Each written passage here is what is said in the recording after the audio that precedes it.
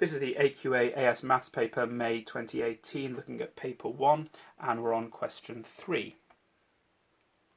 And we are told to state the interval for which sine x is a decreasing function for x between 0 and 360 degrees. You may be able to memorize these. I am certainly not. So what I do is sketch.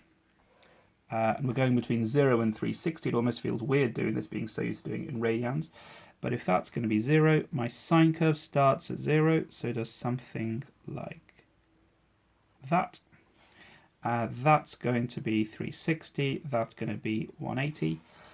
That should be x, and that should be sine x for completeness. And I'm told, let me read the question again, is a decreasing function. Well, it's decreasing as long as the gradient is negative.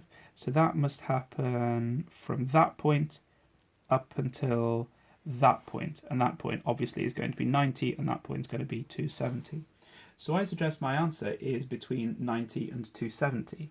What I have to think about now is whether it's going to be a less than sign or a less than equal to sign. So it's going to look something like this. 90 degrees, let me put less than for now and then see if it has to be less than or equal to. What's going to happen at exactly 90 degrees? Well, there are two ways I can analyse this. One is to say, well, clearly, if it's going up between 0 and 90, and it's going down between 90 onwards, then at that point there, I have a zero gradient. And if it's a zero gradient, it's not decreasing at 90, precisely at 90, it's not decreasing. But a little bit above it, just a tiniest smidge above 90, then it is decreasing. So I think I want to keep that less than sign, not a less than equal to sign. And I can repeat exactly that analysis here at the 270 point when my gradient again comes to 0. So again, I'm going to keep that less than 270 sign, not less than equal to 270. The other way to analyse this, of course, is to differentiate it. And if I differentiate sine x, I get cos x, which is a useful thing to do in general anyway. And if I get cos x,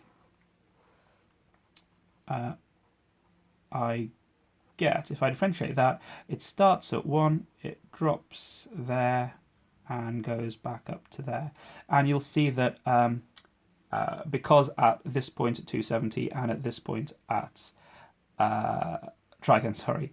If you look at the 90 and 270 positions, again, you see that it's where it crosses 0, not being less than.